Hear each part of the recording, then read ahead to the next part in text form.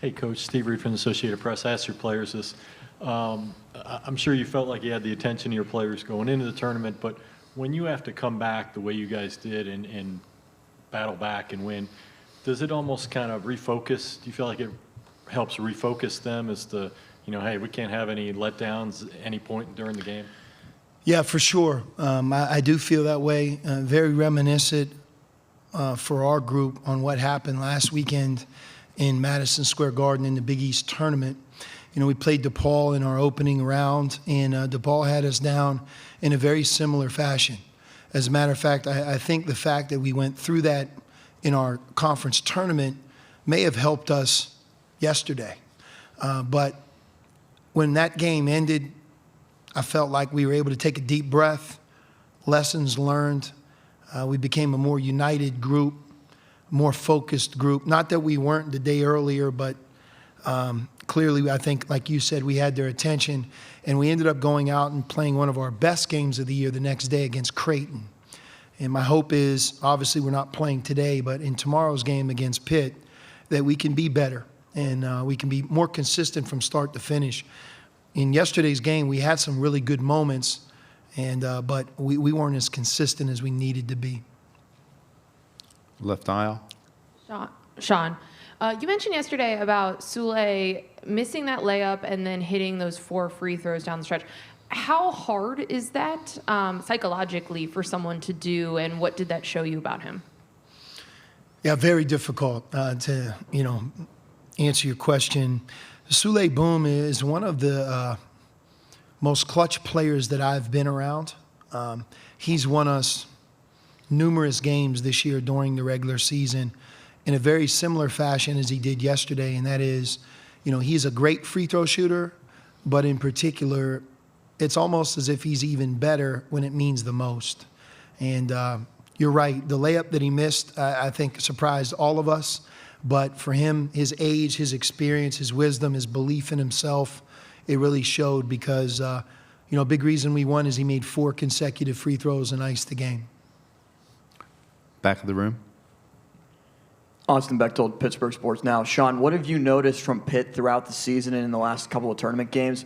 And what overall in your playing career have you learned that you've taken now in your coaching career from being at Pitt? Well, first question is, I think Jeff Cable has done an incredible job. Anybody that took over at the time that he took over and went through the pandemic and also had to rebuild, there's things that happened during that period of time that I don't think has ever happened in maybe the history of college basketball. And just to see him go from a year ago to this year's team, they're very, very good. I know, heck, I've followed them late in the year, and they almost won the ACC regular season championship. So we know we're playing a tough team. I think their skill level really jumps out for me. When they win, they make threes. As a matter of fact, they make more than 10 per game. And I think that when they don't make threes, not that they won't win, but they're not on their game. I think those threes are going down. You have so many different players that can shoot them. And, I think Hinson, the way they utilize him, he's really an X factor because you have to guard him with the forward, and he's such an elite shooter, and he can really get going. So their shooting really stands out for me. And I also think in this tournament, they've played some excellent defense, played with great effort. My playing career, there's a lot of lessons that I have, as it applies to this tournament, that, it's a brand new season and it ends quickly. And I learned that in college, unfortunately in a heartbreaking way. Back of the room. Hey, Sean, Jeff Hathorn, KDK Radio in Pittsburgh. Just emotionally, you probably assumed at some point in your career you might have a situation like this, but to face Pitt in the NCAA Tournament. Well, yeah, it's actually the second time. When I was at Xavier the first time, I guess we're going to go back maybe 14 years ago. Jamie Dixon was the coach. We happened to catch them in the Sweet 16 in Boston. They were a 1 seed, and they had a chance to win a national championship. DeJuan Blair was on that team, Sam Young, Levance Fields, and Levance hit a big shot at the end that beat us. So this is the second time, and I'm much older. I would say that you could pick any team in this round, and as much as I love Pittsburgh, and my wife and I both attended Pitt, have some of the people that I love the most in life live in that city. But tomorrow, it's about winning the game and getting to the Sweet 16. So although I have a soft spot for them, and I'm sure it's no different on their end, when you get to this round, the prize is so significant for your team and your university that, that's really my focus. Back of the room again. Sean, Corey Chris at DK Pittsburgh Sports. And kind of continuing on that theme here, this past year, Pitt celebrated the 35th anniversary of Jerome Lanes' send it in dunk. You obviously assisted on that play. Just what is it like to kind of be associated and tied in with such a significant play that not just in Pitt history, but also in college basketball history when you think about it and reflect on it? Yeah, I make this statement once in a while, and I don't know if anybody pays attention, but I think that dunk, that play makes a strong case for, the greatest dunk in college basketball history. It was on Big Monday, I believe, in front of the nation. And I think the only negative about the play and to be associated with it for so long is sometimes I don't think that people really take into consideration the great player that Jerome Lane was. It almost as if he made that one play, but he led the nation in rebounding, was an All-American, an NBA player, just an incredible player too. But he was inducted into Pitt's Hall of Fame this fall. I was really grateful that I could attend, saw him and a lot of teammates. It was great to be there. And yeah, for sure. The one thing when you're a part of that play, no one can ever accuse you of not playing. Every February, you remind them that you at least could dribble and pass. Left aisle. Coach, I don't know if you'll share this with us. Is there ever a point in your career where you were close to going back to Pitt as head coach? No, not really. It never worked out. And, I think for me, that's all the better because, in some ways I want my memories of Pitt to be when I was there as a student, as a player, some of the greatest years of my life, playing in the Big East Conference, meeting people like Curtis Aiken, does the radio for Pitt, who, took me under their wing, treated me like I was like a younger brother. And I really learned a lot on and off the court through my experience at Pitt, as much off the court as on the court. And it's a big reason why I wanted to go into coaching, to be around that. And those are some great times. So those are my memories, that and, family and friends. I think it's simpler that way. Middle of the room. Sean, what stands out to you about Pitt's Nelly Cummings, and do you share any do you see yourself in him being a Beaver County guy, being the point guard at Pitt? Yeah, Nelly is a very good player. What I like about him is that he can both score, a double-figure score, and he also makes his teammates better. They're almost interchangeable. Sometimes Burton can have the ball. Obviously, sometimes Cummings can have the ball. And that's what makes their team so good. They're interchangeable, and obviously, in Nelly's case, he can beat you with his scoring, his three-point shooting, and he can also beat you by getting in the lane and making people better. Oh, good. Noah Hiles, Pittsburgh Post-Gazette. Sean, I'm just interested, what sold you on Pitt when you were a senior in high school? I mean, you had a lot of other big-time programs and coaches recruiting you. What made you want to stay at home and play for the Panthers?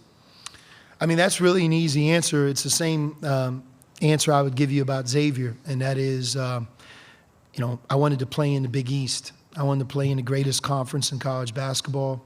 I wanted to join a team that had a chance to win, to make a run into Final Four in a city that I grew up in.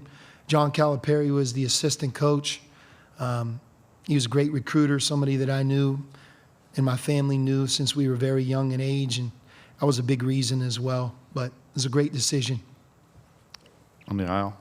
Another Sule question. How did he end up at Xavier? Well, when I got the job and we had a new staff late in the spring, Paul Scruggs really was the point guard at Xavier for multiple years, and he was graduating. And we needed somebody to replace him, somebody who had experience.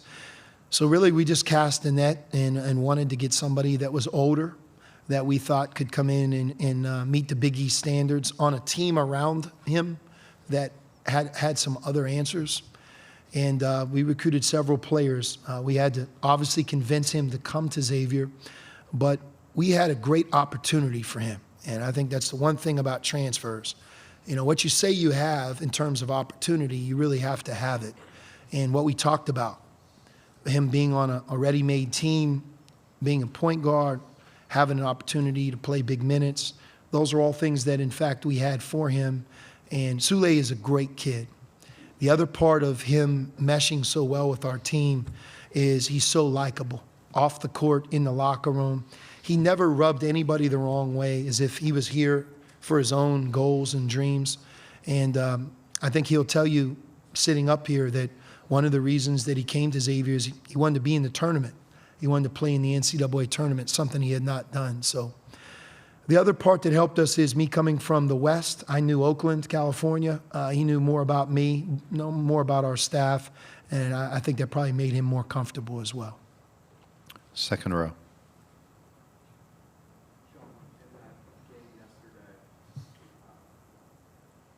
Good.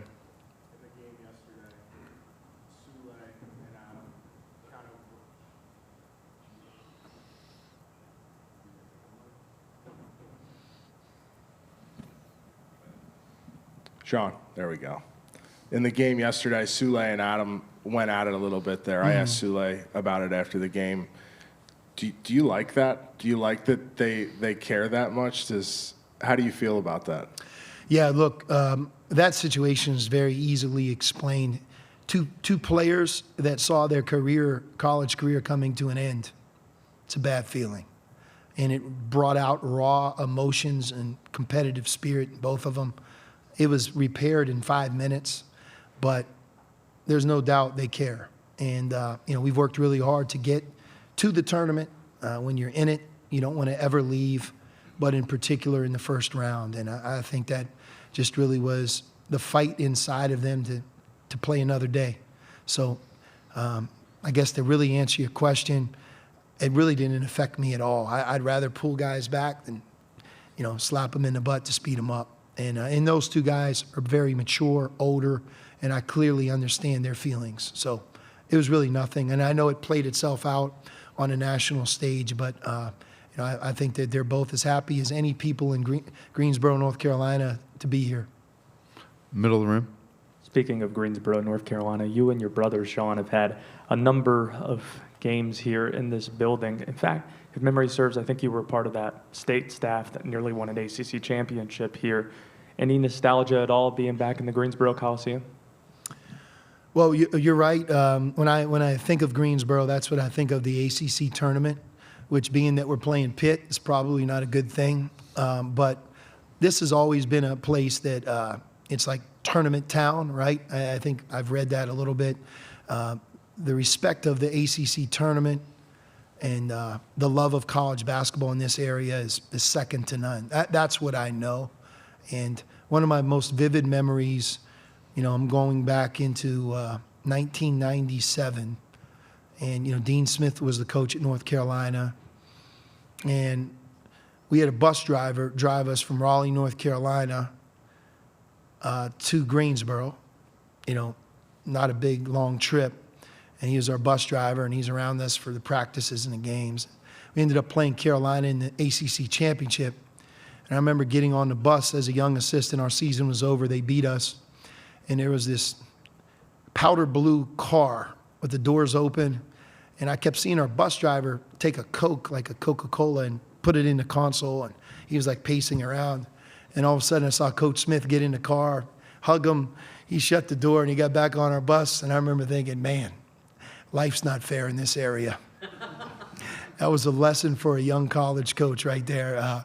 That guy probably drove Dean Smith for 30 years, and here we are. Have no idea, But that's what you think of when you get in Greensboro. Yeah, tournament time, college basketball, and really a town that understands it and loves it. And we're happy to be here. We've had a great time so far. To our left. Sean, I know you talked about it a little bit already, but what do you remember from that Sweet 16 game the first time you played Pitt in the tournament? And did that loss sting a little extra because it was your alma mater and because you were about to move on to another opportunity? Yeah, I mean, Look, I really mean this. Whether we beat Pitt or Pitt beats us, and it just stings because your season's over and you can't advance. There's always storylines. Jamie Dixon happened to be the coach then, and I really admire Jamie. I think he's one of the great coaches in our game. But what I remember as much as anything is just they moved on and played Villanova, and I believe that became Jay Wright's first Final Four team, and we were a play away from playing Villanova for the same thing. And the tournament, why it's so great is if you advance, it's the greatest feeling in the world for all of us. And when you leave, somebody comes in and tells you the time that your plane's going to leave, and you almost get kicked out of the tournament.